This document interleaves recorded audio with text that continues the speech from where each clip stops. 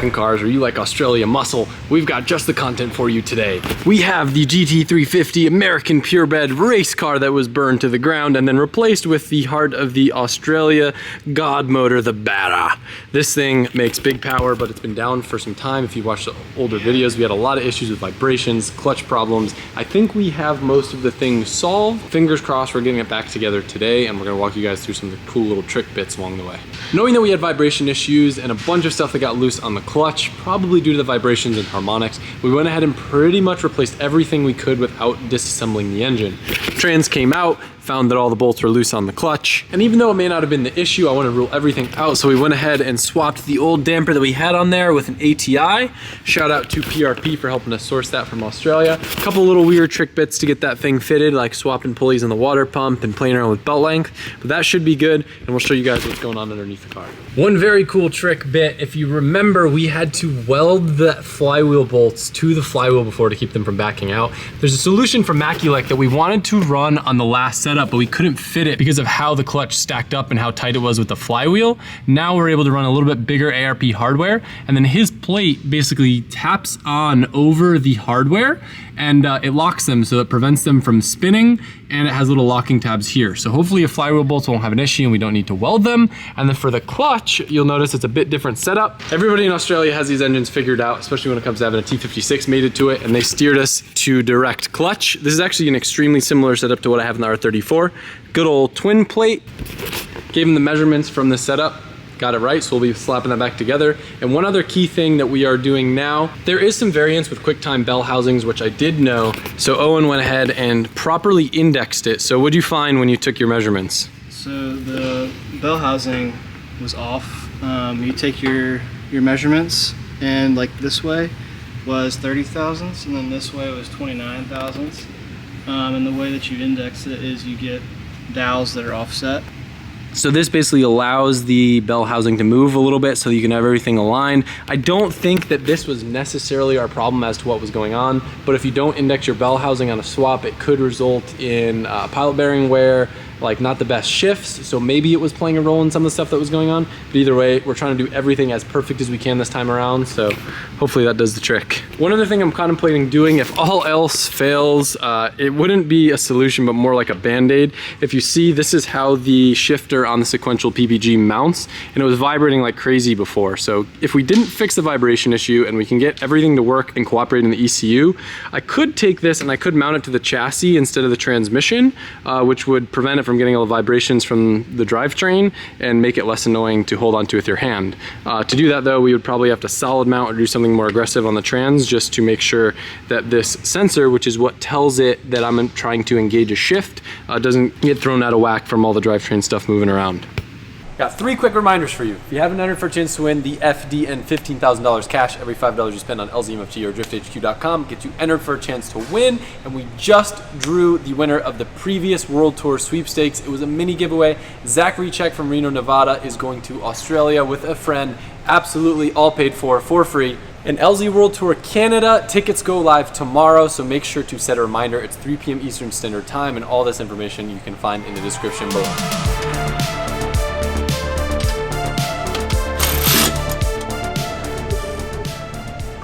It's like at 6. Ooh, that's good. It's positive 6. That's good now. Are you trying to find like a, does it have to stay within a certain amount? 5 thousandths is the Gotcha. is the spec you want, but it's kind of hard.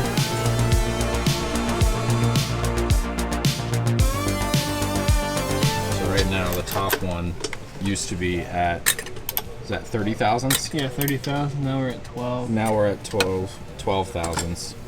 So he's gonna try and get that a little bit lower. 5 thousandths is like the marginal spot. You can see by him turning that dowel, it's turning this measurement here. See, that's where it fell off. Yeah. So right But there. then by adjusting that dowel, he might throw off the other 3. So it's a balance, trying to get all 4 as low as possible.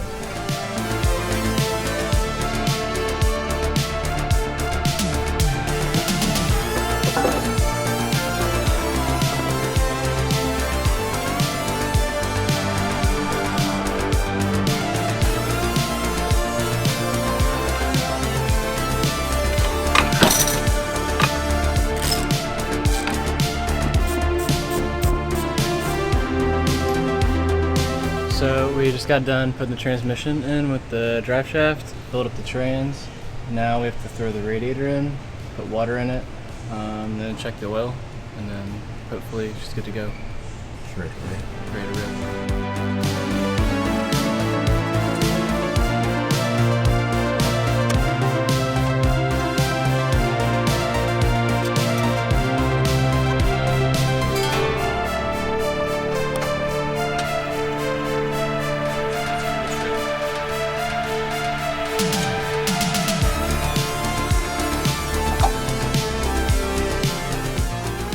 Moment of truth. Is she gonna be a vibrate machine or is she not?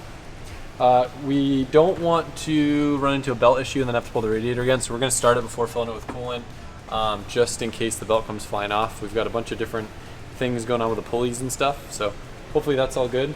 Quick preliminary start. We'll probably know immediately if it's gonna vibrate or not. Yeah. We gotta check oil though, so I'm gonna start it real quick, then turn it off, then I'll start it again and we'll see about the vibration.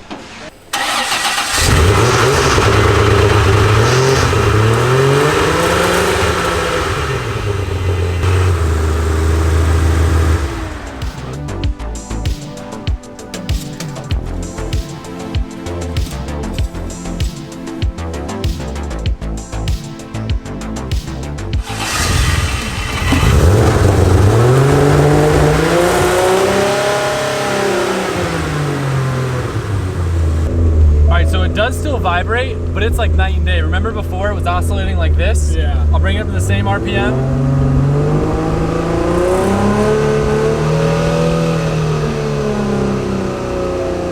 It's like ever so slightly. Much better. Much better. Always check your pressure. No drips. Sir?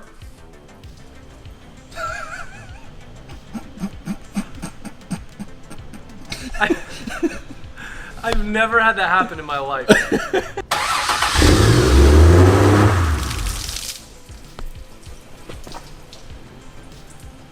One other very new and exciting feature that I've yet to experience.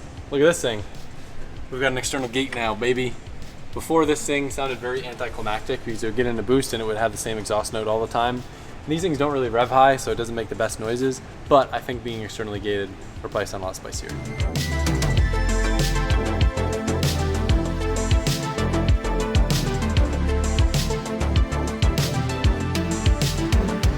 Before I stick it on the dyno and go make a bajillion horsepowers, I'm just gonna drive it around, break the clutch in a little bit, make sure everything feels good. It's been a while since I've driven this car. I also want to see if the flat shift stuff still cooperates. Ready?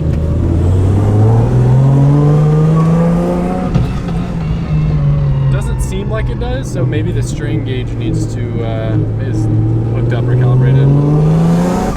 No, it is. It's so cool. Drive around a little more before I go do big power pulls. Yeah. God, I love the flat shift. It's so fun. It is. Ready? Yeah.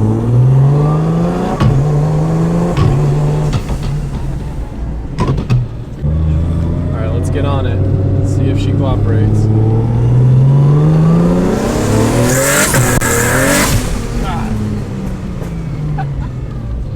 Oh, I just noticed it sounds different. Oh, I was wondering. I was like, is something wrong? Like I was getting that panic face. That's external wastegate. Yeah. It's different. It sounds like a hissing snake. It kind of does, huh? Yeah. It's that. No, I was listening. I was like, oh, was the clutch slipping? That's why I got like a little face of panic for a second, and then I realized it's just a freaking wastegate. All right, let's actually do it and enjoy the sound now. I'm gonna purposely do burnout.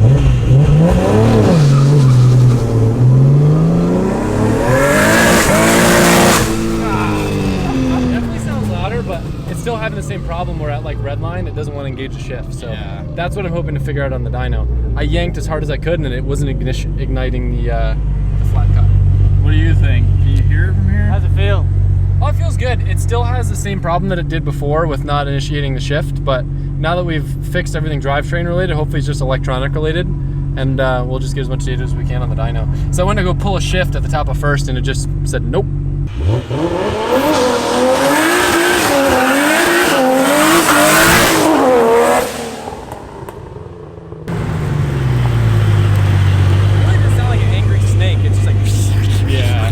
There's so much now time.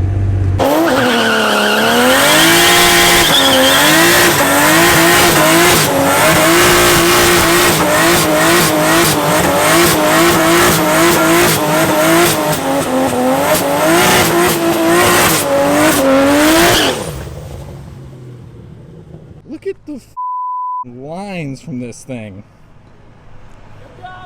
This is some meat right here. This is the beefiest one yet. I wonder how much pressure is in those tires. This is gonna be a sick like photo op for the future. Dude, this thing sounds like an angry hisser. It sounds like a cottonmouth that you just stepped on. Yeah, I bet the Datsun would do a wheelie if I lined it up to those. The problem is the Datsun would fit in between them. Yeah.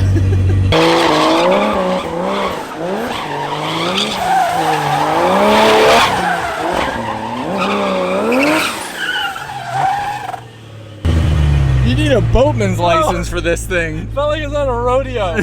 That's the closest thing I've ever felt to the RTR Mustangs in real life.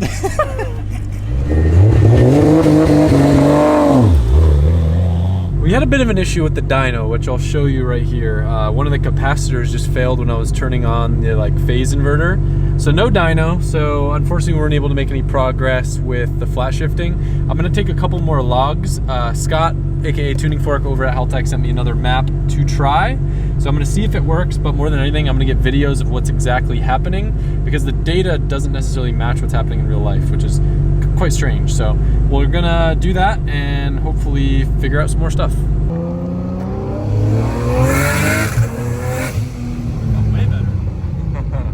Might be business, buddy. You think? Yeah, so I don't know what he did. The first one seemed to work pretty good, but it was taking a little bit too long for the shift to recover. So I tightened that up a little bit. That one felt pretty good. Yeah. Let's see if it works now. It used to get mad at limiter, but now it seems to be being happy everywhere. This is just a 1-2, and this is where it always struggled the most. The higher gears, it never really had an issue. Yeah. But I always thought it was spinning related, so we'll see. It's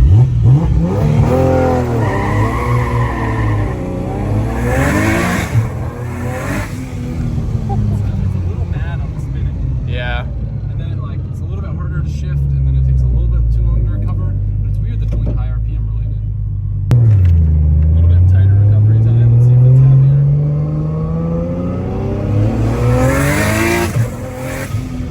A little hesitating, but not bad. No, that was really quick. I feel like it's almost ready to see if it can do a 2-3. Not on the compound though. No, not enough runoff for that one. Now, I don't want to say I found the issue because the main issue was already resolved by Scott, and that is that the car is shifting now.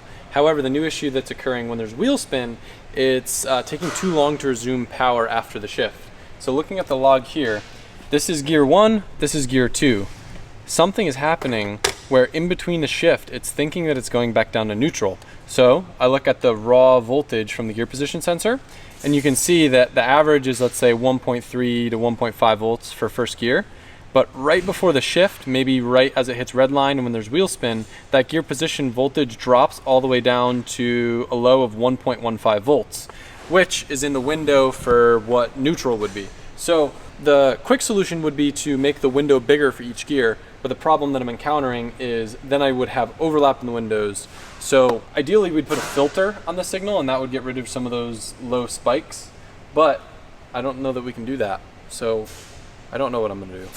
I might just try making the window bigger and see if that solves it, but still, if it dips down that much, we're talking about almost 0.5 volt variance, and because we have 8 different gear positions in a 5 volt window, they're just way too tight together. Even here, look, we're in second gear, and it thinks that we went back down to first gear just because the voltage dropped down to 1.74 when it's usually around 2. Very strange. All right, so I widened the windows, which again isn't the solution. I'm still trying to think of ways to get the voltage to bounce around less, but this would confirm my theory. If it doesn't do the weird thing, then I know I'm on the right track.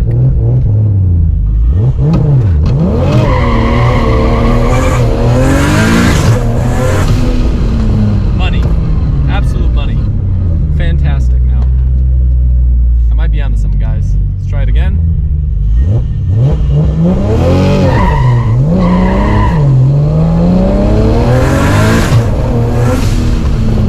That time it might have still bounced around too much, so pull it in the shop, look at the data, see what it tells me.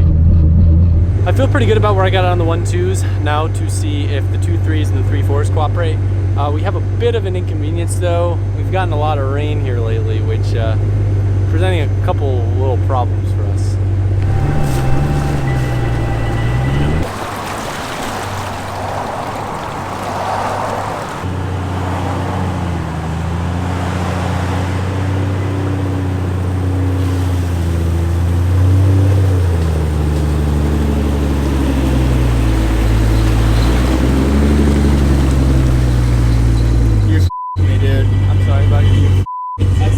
Why is he standing in the water? And then I realized it was because of you.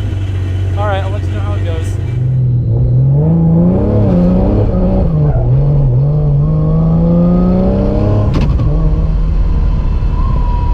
This thing is, woo! It's been a while since I've had it on the road. Alright, let's see how it handles the 2.3.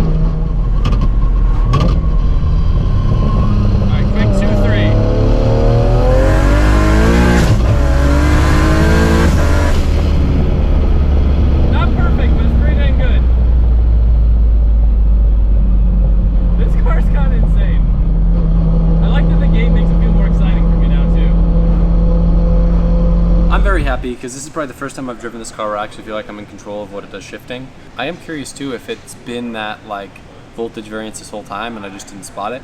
But either way, on the track to get this thing more dialed in. The plan is probably tonight I'm gonna put it back on the dyno. I might turn up the power a little bit now that I've got it figured out and make it a little bit better traction. But more than anything, I want to look over the tune, make sure fueling's all good. On the logs it looks good, but I've never had it on the main line. Curious to see what kind of power it makes on the dyno, but that'll probably pop up in the next video where I'm thinking about taking this thing to do some roll racing. If you guys think that I should do that, comment below. I don't know if I'm ready to launch it off the line yet, but maybe roll racing is a good way to get my feet wet with this thing. So, thanks for watching. Hope you're excited to have this thing back like I am. I'll see you soon.